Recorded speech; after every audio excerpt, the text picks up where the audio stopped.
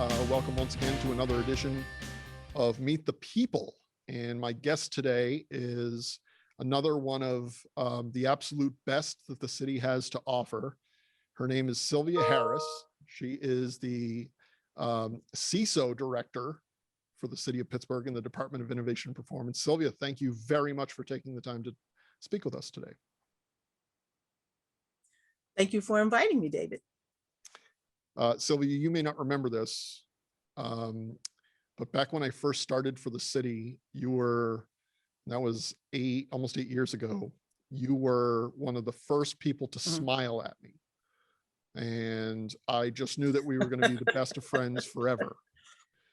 Yes. And our working relationship this entire time, you have always been a friend, been a great person to have as an ally, and I've really appreciated working with you. So that's the first thing I wanted to say to start off the show. Well, thank you. Thank you. It was great to have you come aboard. You came along at a time where we could use like fresh perspective and an outside view, and the talent that you seem to bring. So yeah, I was happy to have you come along. Excellent. So for those who may not know who you are, can you give us a little bit of a personal background, where you're from, how you came to the city, and how you got to the job you're in right now? Sure. So I'm actually originally from Chicago. I was born and raised. Came to Pittsburgh in 1995. My mother bought a Mailboxes Etc. franchise. And she decided to open it here in Pittsburgh. Her store was in Oakland. And so I came here, after I had my daughter. She was like 3, and to work with my mother. I was here for 2 years, and my mother, it was time for her to re-up the franchise, and she decided that she did not want to re-up the franchise. She wanted to go back to Chicago. She missed home very much. So she went back home, and I stayed. I decided to stay here, raise my daughter here. Not that there's anything wrong with Chicago. I grew up on the South Side. So I just kind of made that decision. Worked at a mid-sized bank that is locally headquartered here in Pittsburgh area for 12 years. And then I came to the city. I've been with the city for 13 years now. I started as information security analyst. I also managed infrastructure and then web team, in addition to infrastructure, and additionally help desk and database and email, back end, front end support. So, and then when the Peduto administration came on, I was promoted to deputy director of operations. I did that for a while. And, just a year ago, I think it's been about a little over a year that I've been CISO, as I was also doing security with all those other roles. And we kind of came to the conclusion that, because there's so much security, so many security heavy things happening, that there really needed to be a dedicated role for it. So here I am now as the first CISO for the city of Pittsburgh. What is a CISO? CISO is a Chief Information Security Officer. And so, responsible for making sure, due diligence for security, right? Due diligence, make sure that things are secure enough, not so secure that we can't do business, but due diligence and watching for things, and just kind of having that dedication to helping try to keep us safe. Is it fair to say that you are the person the city turns to when there are cyber attacks, not just here in Pittsburgh, but nationally? They want to know what exactly is going on, and how are we matched up against other places that are experiencing those types of events? Sure, absolutely. Absolutely. If anybody has any questions or needs help with anything, please reach out. I'm more than happy to help. Also take a very strong interest in people's personal security Mhm. hygiene, right? We need for everyone to be safe, think safe. So I do care about your personal email. I do care that you know the things that you need to know. And one of the things that I have seen is that over the years, people have taken a greater interest in security because of all of the breaches that have been happening, and not just corporate breaches, but corporate breaches do affect personal, right? So Mhm. we had the Equifax breach, right, where a lot of people's personal information was taken. So that starts with corporate and that ends up with you personally, right? So as part of the cybersecurity community, the cybersecurity community does not just care about corporate or their enterprise information. We care about security in general across the Mhm. board, both cyber and physical security as well. So you're like an insurance plan. Yes. You I mean, can look at it. You can look at it that way. I mean, it's a very basic way to look at it, but you are making sure that we are safe on the internet, online connectivity around the city, buildings, computers, uh, tablets, everything that we use technologically is you're the person who makes sure we are safe. Yes, as much as I can. I mean, I can't make it bulletproof, Right. and I have to be right 100% of the time. They only Mhm. have to be right once. So, the odds are really not in my favor, but that doesn't mean that we don't continue to try and we be as diligent as we Right. possibly can. And that's why we get along, because I have to be 100% right 100% of the time also when it comes to council meeting coverage, events that we're covering, people's names on screen. I mean, it's a much lower scale than you, obviously. I don't mean to compare the breadth of our work, but I think you get what I'm trying to say. I get exactly, and we all sometimes, we both sometimes have to play to a tough crowd. Mhm. Um, so basically, we do our best and hope that people realize that we are doing our absolute best. And sometimes things are going to go wrong. Yep. And when they do, if you prove yourself to be someone who will work through the problem until you get through the problem, Right. as opposed to sometimes things go wrong and people are like, oh well, that's wrong, too Yep. bad. We tend to take that seriously, more serious. Not to say that others don't, but I know that you do take things very seriously when something goes wrong, and you stay with it until it's fixed, and I try to do the same as well. So I know that a lot of the work that you do is not publicly available. People don't always know what you're working on, or if they find out about it, it's weeks or months later. What is a specific project that you have worked on that you can talk about that people might be interested in? Well, thanks for asking, David. um,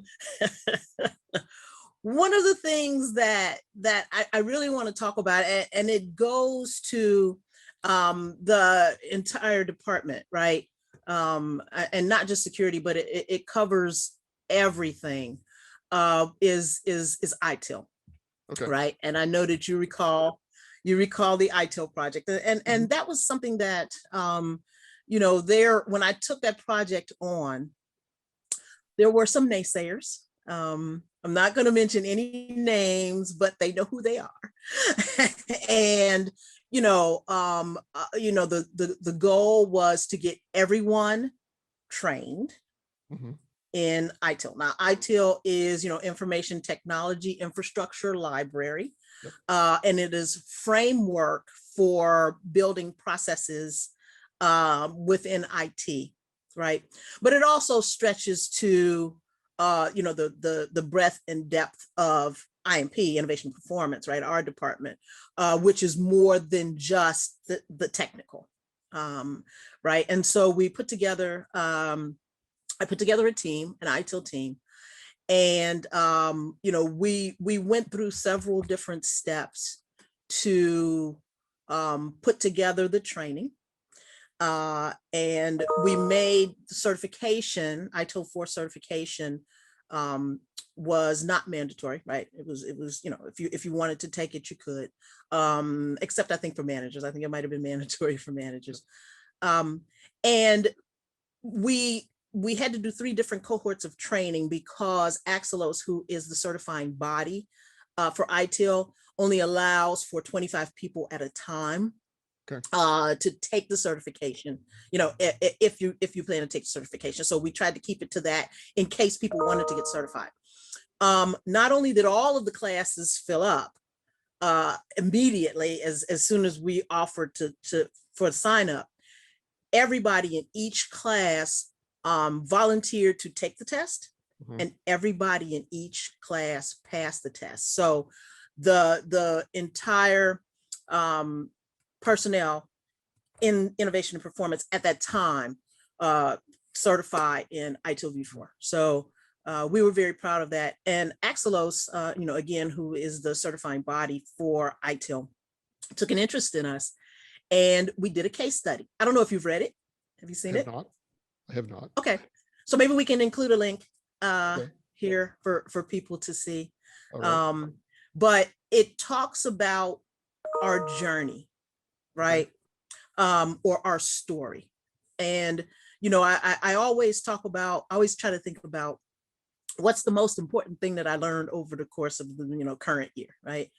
And one of the things, I think one of the very first things that I learned was the importance of telling your story.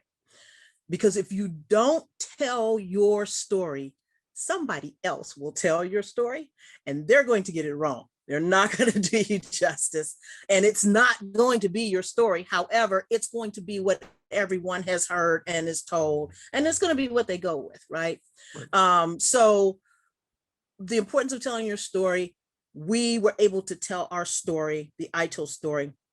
And when you read it, you're going to really get, I think you're really going to get, it'll be a gas for you, because it's very raw, and it talks about the issues that we had previously before we were innovation performance as CIS.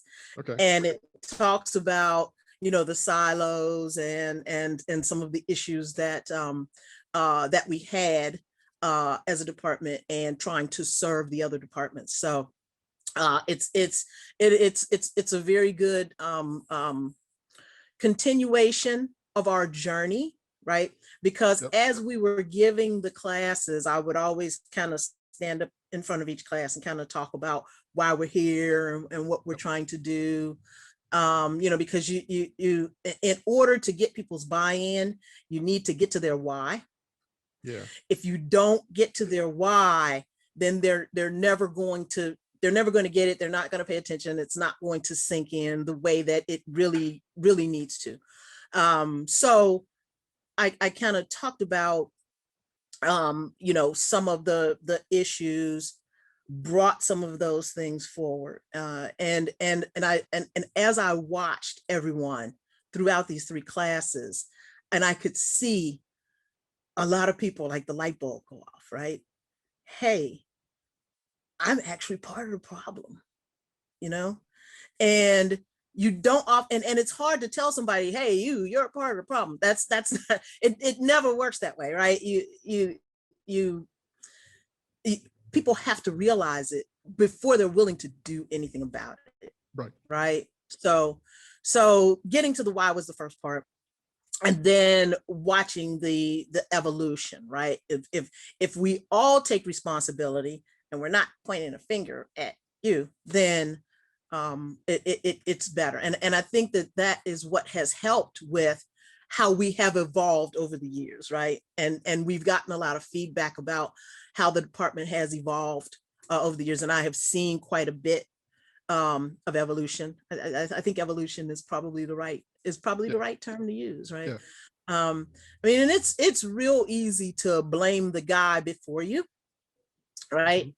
Um, and a lot of times why that happens is because maybe that guy didn't do a good job of telling his story or Right. her story, right? Because, you know, the things that were happening when I started, or the things that were going on when I started, when they were put in place, they were probably great things, you know, Right. back in 1972 or whatever, you know, right? So I can't come along and say, why aren't you using an iPad for that? Well, hey, when I Right. had the money to set this up, there weren't any iPads. I did the best I could. And at the time, people were shaking my hand because that was, you know, we did the best we could. So, you know, you do the best you can until you know how to do better, and then you do better. Right. Uh, I think that's a really good statement you made. Not worrying about what has already happened or what people did before you got here, but making sure from the point you got here forward that it's bigger, stronger, faster, better, more efficient, more time, time efficient, cost efficient, so that the people that not only are working under you, but the people that come after you have a better time than you did when you showed up. Bingo. Bingo. Uh, I mean, that's exactly how you have to look at it, you know.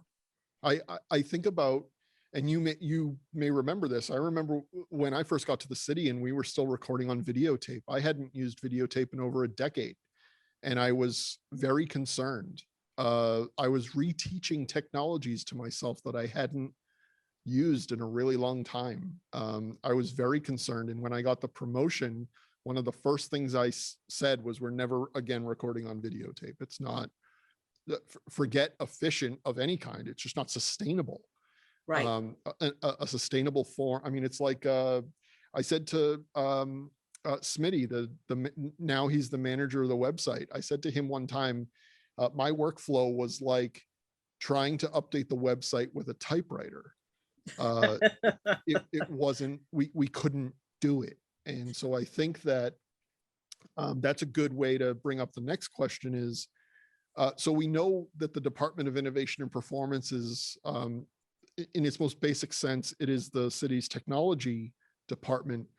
But how has I&P changed from when it was formerly city information systems? Since you've been here, you were here when it was CIS. So how has the department changed, not just in name, from CIS to I&P?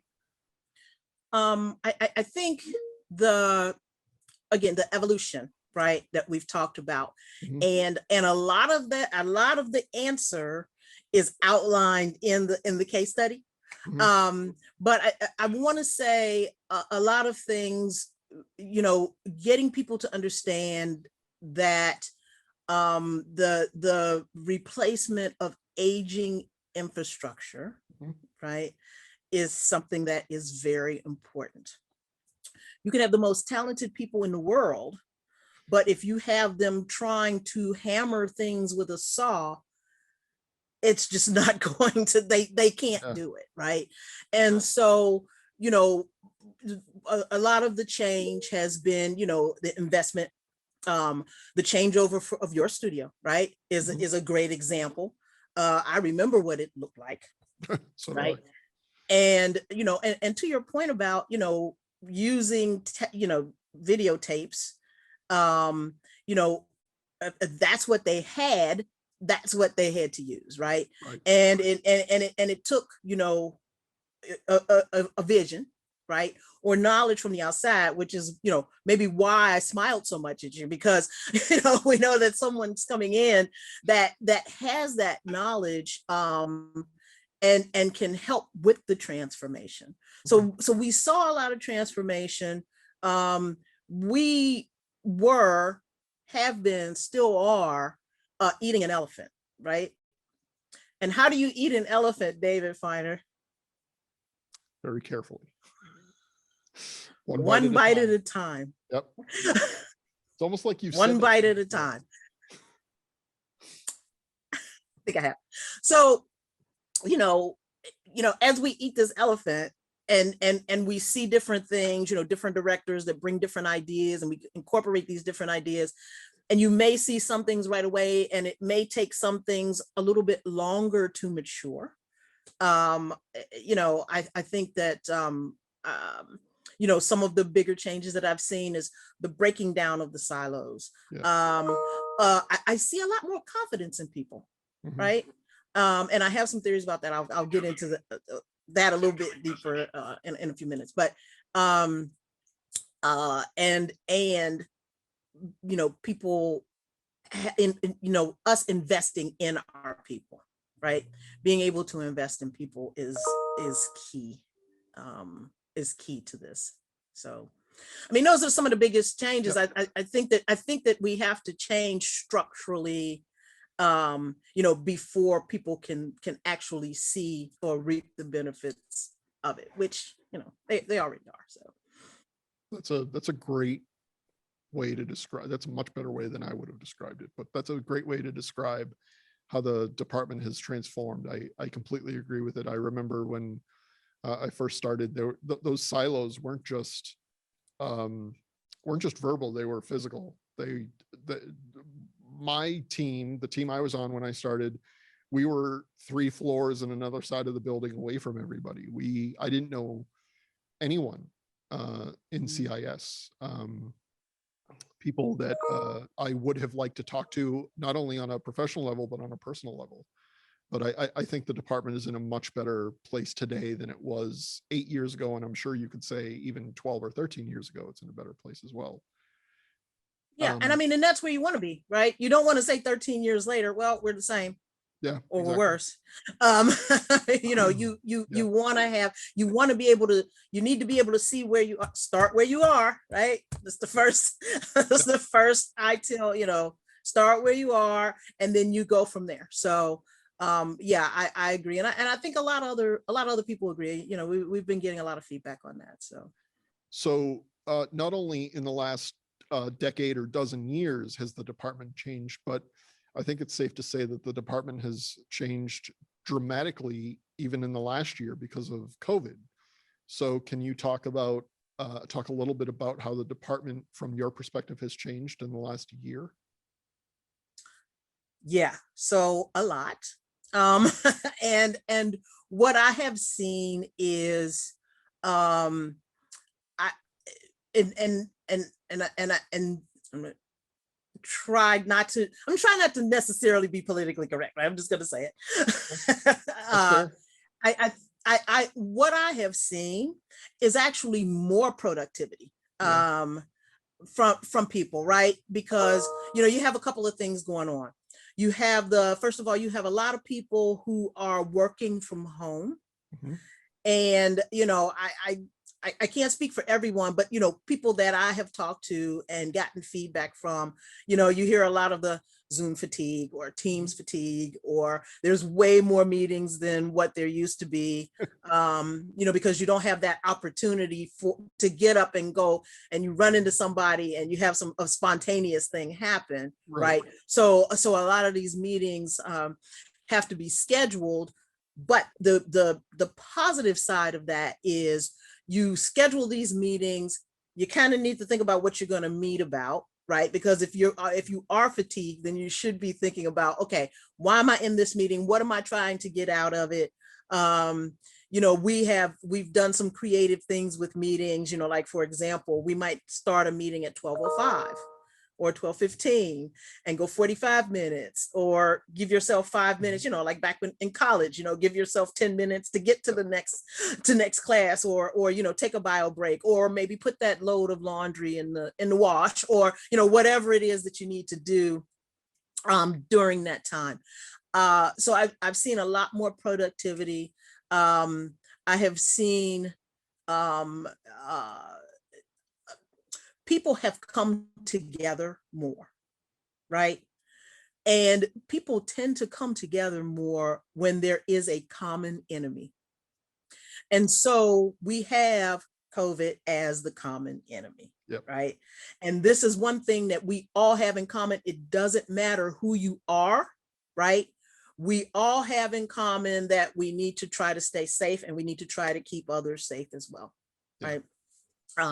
So those are some of the things that that I have kind of seen as changes.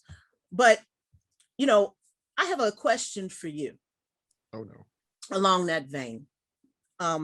So my dad worked as a cameraman for CBS News. Actually, he was the Midwest Bureau technical supervisor, Okay. and also for CBS News New York Okay. from 1968 to 1995. Okay. Wow. Yeah, he retired in 19. Yes, he did know Walter Cronkite. Yes, Walter Oh, Cronkite did know him. So my question for you is, I came to learn, right, because growing up, he was, he was away a lot. He traveled a lot. And the way that I would know where he was is to turn on the news, and whatever the first story was, that's where he was. That's what he was covering. right. I came to learn that someone who is on that side of the camera views things differently Yeah. from those that are being viewed, right? Yep. So my question for you is pretty much kind of the same from your perspective, and not maybe just so much from our department standpoint, but in general, what have you seen over time? I mean, I in my mind, I would imagine panic, and then maybe people kind of felt a little bit better, and I don't know, but I'm kind of interested to hear from the person on the other side of the camera's view of what you're seeing with people, just in general, and then departments specifically, if you'd like. Do you mean just in the last year or the last? Just in the last year, yeah. I think what I have seen that I think is most interesting is people are becoming more comfortable with seeing themselves on their own laptop. Whereas before this, there was a lot of hesitation to be either in front of the camera or near a camera. But now we're, like you said, we're all in this together, and we're all kind of forced into this different workflow. So it's people are turning on their laptop cameras. They are happy to see other faces. Whereas that really wasn't the case pre-COVID. I can remember years ago, not here, having a person come into my TV studio, sit down under the lights, have a microphone placed on their jacket, and as we were about to record, the person said, "Wait, is this going to be on television?" Like that, totally unaware of why they were in that specific chair in that specific TV studio. Not only that people are more willing to turn on their camera, but whatever is happening in the background, whether it's the laundry or their children or their animals, it's not so much of a distraction anymore. I, for one, have enjoyed seeing people's children and animals. When I was working at home, spring and early summer last year, my 75-pound dog was always at my feet, and everyone asked to see him. They didn't care about me. They'd already seen my face. Right. But I think that we're, again, repeating, you made a good point. We're all in this together. And so let's see how we're all doing. There's been a lot more of the generic "how are you" has a little more depth to it now, because people do want to know, how are we all doing in all of this. I hope that answers your question. And your dad had an awesome job. He did. He has all kinds of stories. Oh my God. Is he here in Pittsburgh? No, my dad's in Chicago. Oh, okay. We should get him on Zoom. We should get him on Zoom. He would be he would be happy to talk to you, actually. I didn't ask, he offered. So, it comes with that disclaimer. He Okay. loves telling stories. Awesome. He actually has a direct tie to KDKA here. He Oh, showed me a letter. Yeah, that's going to be his story to tell. okay. I had a in my hometown when I was younger, the Boston NBC affiliates first ever news anchor from 1954, I believe, was one of my dad's friends. And so I would talk to him. He showed me blooper reels. He showed me him at the White House, him all over the country, all over the world. So I love talking old television with people. I think it's He would love it. And he would take me to work down to the studio with him, quite a bit. So I kind of got to know the oh, nice. news anchor. Yeah. At the time, the news anchor, WBBM is the local affiliate in Chicago. And at the time, Bill Curtis was the news anchor. I don't know if you. I remember the name Bill Curtis. Yeah. Yeah. And so, and I'd be down there, I'd kind of have lunch with them, and I remember the old school, the desks that had the cameras down in, the TV monitors down in the desks, and I thought that was great. And then, they transmitted from the top of the John Hancock building until Sears Tower was built, and then they transmitted from the top of Sears Tower. And so I used to go to work with him at times, all the way up at the top of John Hancock building, top of Sears Tower, and it didn't really bother me. So I don't understand why now I'm afraid of heights, but or coming to the studio. I've been in the office a few times, but I figured I could probably be, it would be more of a relaxed setting. I felt like, if I didn't have that, get there, get back. I understand. I understand. Not many people want to spend time with me. I get it. Oh no, I love spending time with you, David. I wasn't fishing for a compliment, but okay. I know you weren't. All right. So back to IMP and cybersecurity. In a perfect world, what if there were no budget restraints or people restraints?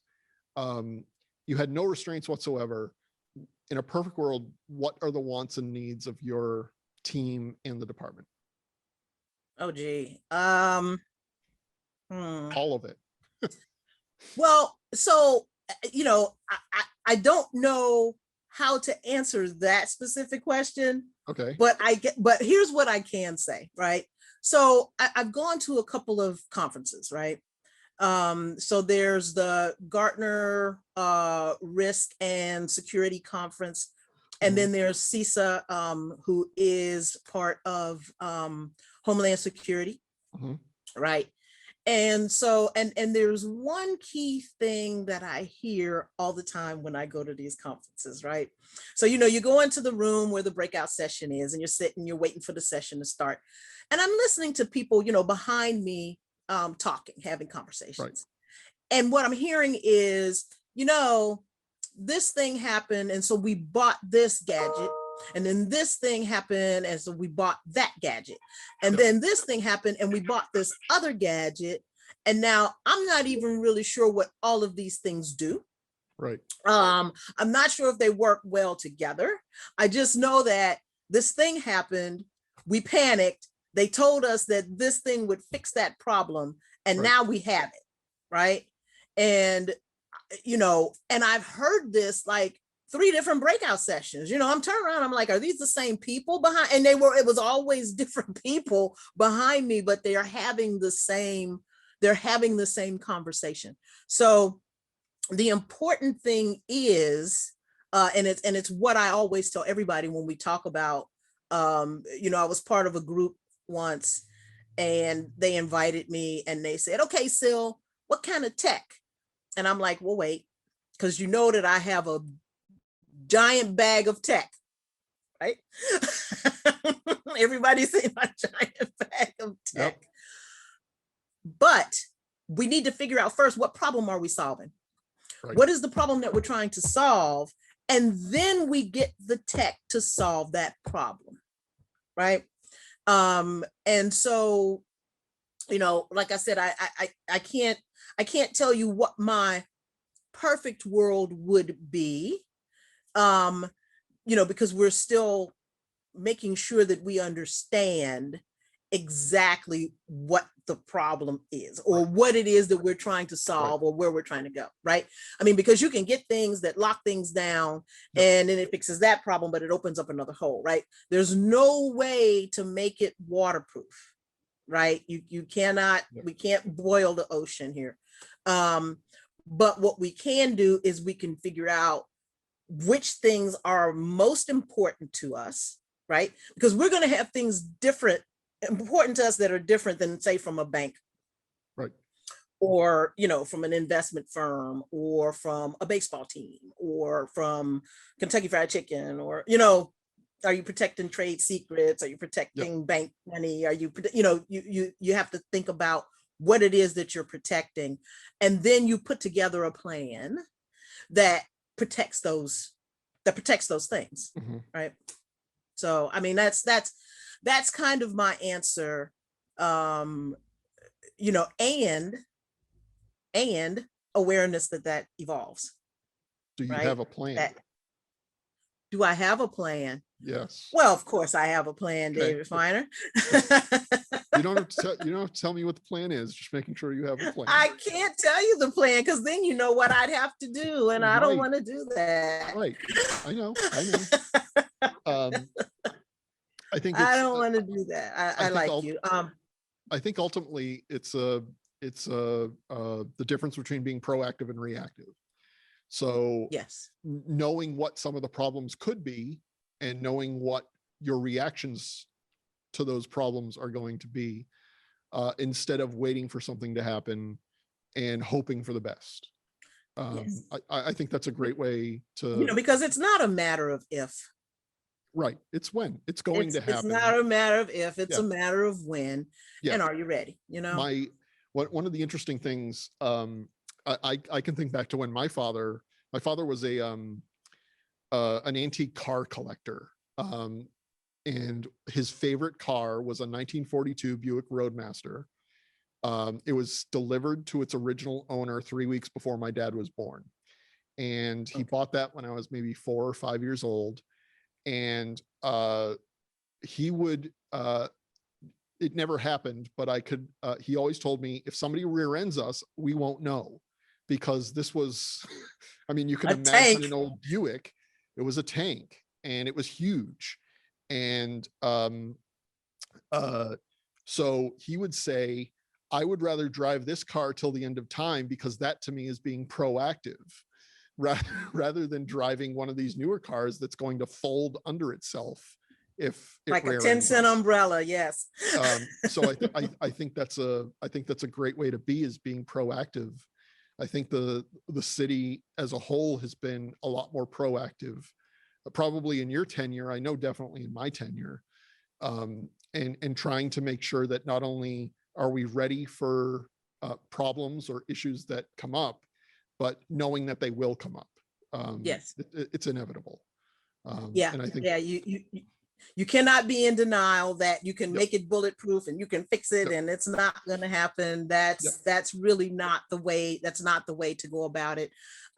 Going out and buying all this great, fantastical tech. I'm not saying that we don't have some things, again, I can't talk about it, but that's really not the way to go about it either, because then you wind up like these people that I'm hearing talk, behind me in these breakout sessions about, we have all of these wonderful things that I don't know what all they do. Right. And if that particular thing is not a threat anymore, so now I just have this thing that I bought that fixed something that's really not a problem anymore. So, you really need a more holistic approach. I agree.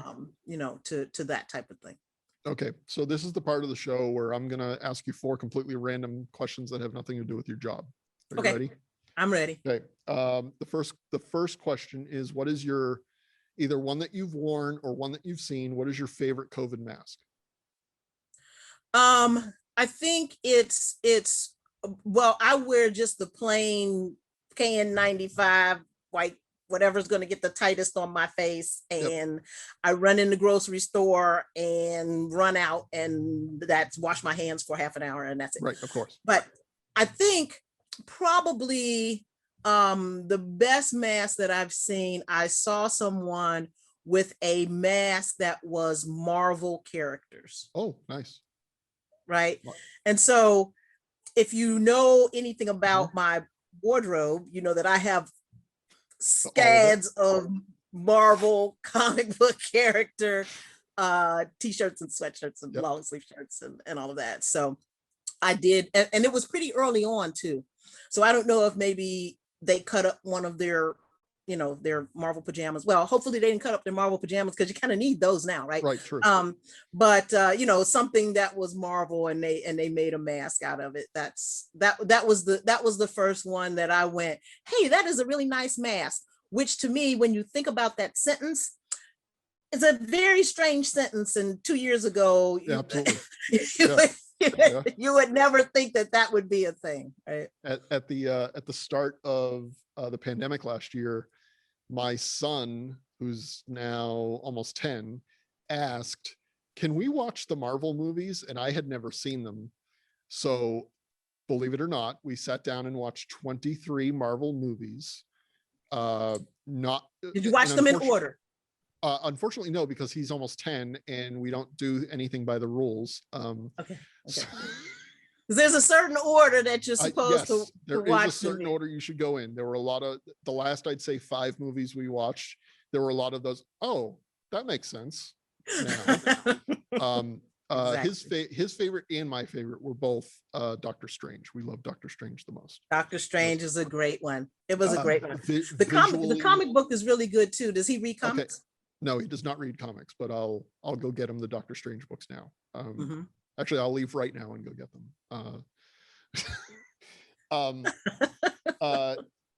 I know the answer to this because I interviewed you a number of years ago and I was shocked, but I want to see if you give the same answer. Do you have a hidden talent? I think that when you asked me that question before, I told you about me being a sharpshooter. Yes. And having won several medals in marksmanship. Yes. Specifically rifle. Yes. So yeah, that could be actually your question was something about me that people didn't know. I think that might have been, I think that might have been what it was. So, well, I guess that's one way for me to be glad that we're not in the same room, because if I ask the wrong question, you can just, you know. Or if I tell you something that, you know, then, you know. Right. Sylvia, nobody watches this show. It's okay. Just you and me.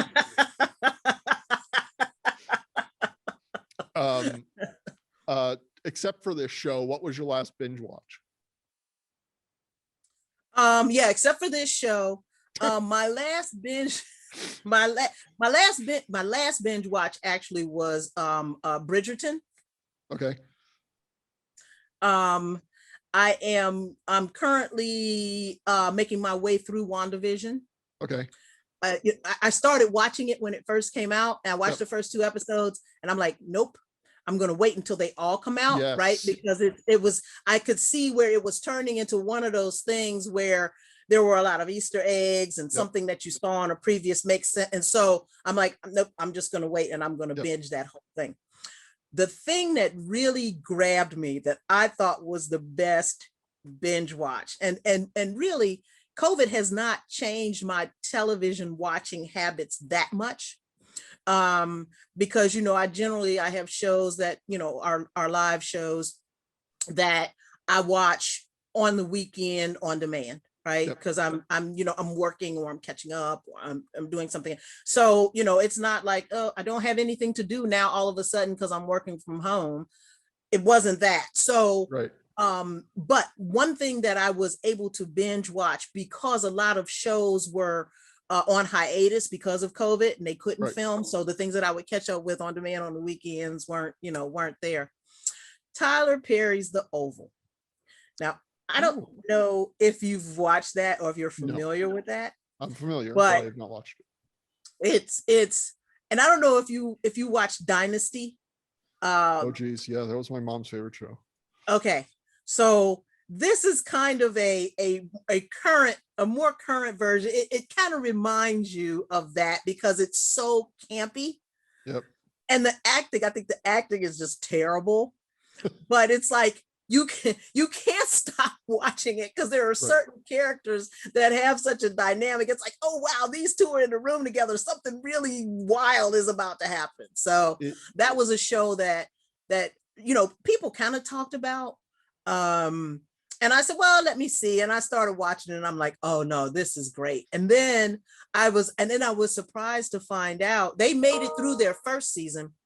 I was surprised to find out that they've already started their second season. They started it in February. So they're like up to episode 6 now. Okay.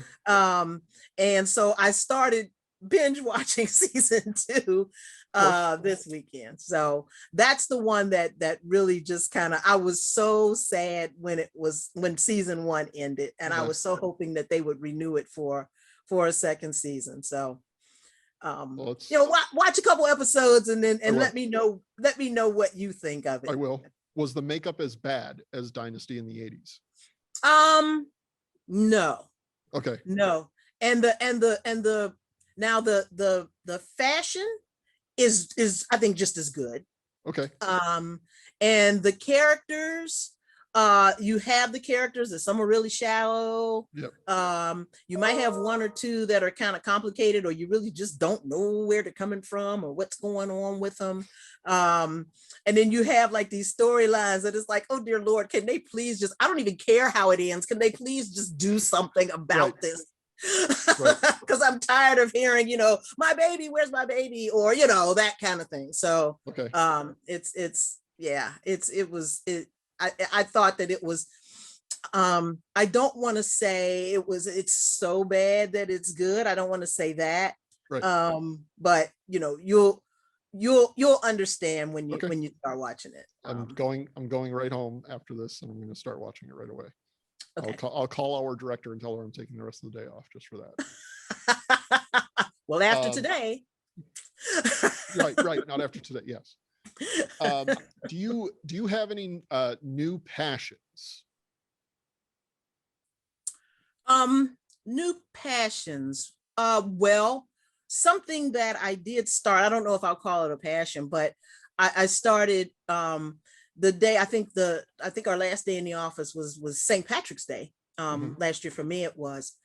And so the next day, I wanted to start doing something to kind of take my mind off of, everything that was going on, and maybe as a marker. So I started learning Spanish on Duolingo. And so, and I have been doing it every day since the start of the pandemic. And so, while I'm not ready to be a translator or anything like that, right? Because, it's learning a language is hard. Learning a second language is really hard. But I do keep up with it every day, at least 5 minutes, sometimes 10. And I've stuck with it. And at first I was like, this is really hard. And, after like a couple months, I'm like, I guess I thought I was going to be speaking fluently. Right. But I had to kind of put myself in the frame of mind of, well, I didn't learn English in a year. Did you? Right. So, you kind of gauge yourself by, here are the things that I learned and here are the things that I can do, and not, not give up on it. Right. Because they give you the opportunity to have what's called a streak freeze. So if you miss a day, they don't count the fact that you missed a day. Okay. And they say that your streak is continuing, but I actually have kept the streak, stayed with it and kept the streak going. It's especially hard to learn a new language after you've turned 31, which you and I both just turned. So I can see how difficult that would be. It is. Learn. It's very difficult, but because we try to be sticklers for things, and it's like, and you have to learn, like, he is, I am, you are, those types of things. And those are that's kind of the track that I'm taking, is learning it from that perspective, as opposed to learning how to walk into a restaurant and order, the shrimp cocktail. Yep. Although, I probably could, request a table for up to 10 people. And and find the bathroom for everyone, get some tea, and fish and chicken. So, you have to kind of, small wins, right? The only thing I remember from 2 years of high school Spanish is where's the library? Donde está la biblioteca? That's all Biblioteca. Or mis pantalones, where are my pants? But that's from the Yes. Lego movie. That's from the Lego movies that my That- son loves. So that's the only reason I remember that one. That is from the Lego movie. And, and I had, and it's, and also a little bit, what makes it a little bit more difficult, the different words have different origins, right? Yep. Some words have the same origin, but they're pronounced differently across languages. And I had 2 years of French in college, right? Okay. So, when I kind of I see some words and then when I go to try to translate it, not that I started again speaking, fluent French or anything like that, but you think about word origins and you might kind of go to some of those things that you had in your mind. And it's like, wait a minute, that's a different language. Yep. So, it's hard, but it's not impossible. And I plan to stick with it. That's great. Well, Sylvia, I've come to the end of all my questions. I really want to thank you for taking the time to do this. I know you're not super excited about being in front of the camera, but I do really appreciate you doing this. I have enjoyed working with you. It's not going to end. I'm not going anywhere, and you're not going anywhere. But I've really enjoyed our time working together, and I've really enjoyed seeing this department transform as it has. And you've had a very huge hand in that. So you should take all of the congratulations you can, because you're a huge part of that. I will take congratulations when they are given. I do have one more thing for you. Oh, right? Okay. Absolutely. And this is for Dolly. Okay. There was we had our executive retreat Okay. at the end of January, right? And we were kind of talking about how to create a safe place for people to fail. Okay. Yep. And I'm not saying set anybody up for failure. I'm saying, as you create your processes, Yep. right, you're going to have things go wrong. Yep. And so how do you create an atmosphere so that people feel safe in, okay, I'm going to try this experiment and see if I can, and then you try it and it goes wrong. And so we were having this conversation, and I told Dolly, I said, well, one of the things goes to the mindset about failure, right? And how you think of it, because really, if you try this and it doesn't work, you've learned some things, right? You remember Irma Bombeck? Mm-hmm. Okay, so you remember she wrote a book, things you find while looking for other things, yep. Right? So sometimes those things are kind of more important.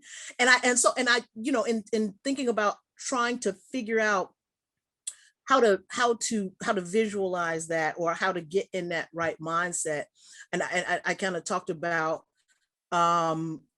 something that my mother, it really bugs her when people say, you're looking for something and they say, well, it was in the last place that I looked, right? And she's like, of course it was in the last place you looked. You found it. Why would you keep looking? That really just would be dumb, right? And so I kind of related that with, the same thing, if you lost something, let's say, maybe your keys, right? And you go and you look, and the first place you look, they're not there, right? Did you fail? Are you going to stand there and go, you know what? I'm a terrible failure? No, it just wasn't there. not to look there anymore. Although we know if it's not in the next, you're going to go back to that first, but that's a different conversation, right? So, so it's not there. So, it's not there. You go to the next place, right? And you look and it's not there. Did you fail? Again, are you a two-time loser? No, you don't think of it that way. You just think of it as I didn't find it. It wasn't there. It's not here. And you keep looking. And as you look, you maybe refine your process. You think about, okay, let me retrace my steps, and try to figure out, so the car is in front of the house. I know I brought it here. Nobody else is here. So I know the keys are here somewhere, right? And you would find, and then eventually you find your keys. And when you do, that moment is like, yes, I found them, right? And then you move on, right? So if we could kind of figure out how to frame, our process, and I think we really need to find a better word than failure, to use for that, so that people are not afraid to try and have to come back and say, well, you know what, I tried that and it didn't work. But what I learned was this, and this. So now I'm going to try this thing. You know what I mean? So that was kind of something. And then when I said that, Dolly said, oh my God, please tell me somebody was recording that. And so she said, well, we'll figure out a way to circle back with that. So that was for Dolly. And that was also one of the things that I kind of wanted to talk about, because it's important that people understand, that the exec team, we do think about our employees and trying to make a safe place, safe environment, and invest in them, as far as being able to move, not just the city forward, but also individuals, right? Investing in and caring about individuals. So just kind of wanted to get that out. It's interesting you bring that up, because I've always, as a manager, I've always prided myself in never saying no right away.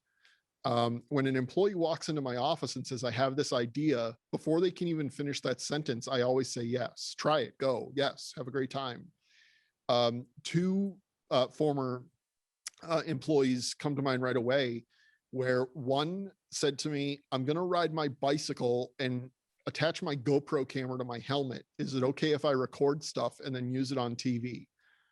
Yeah. Let's see how it looks. Yeah, let's see how it looks. Yeah, because you're not going to know unless you try. Exactly. And then the second one was about a little over a year ago, probably the end of 2019.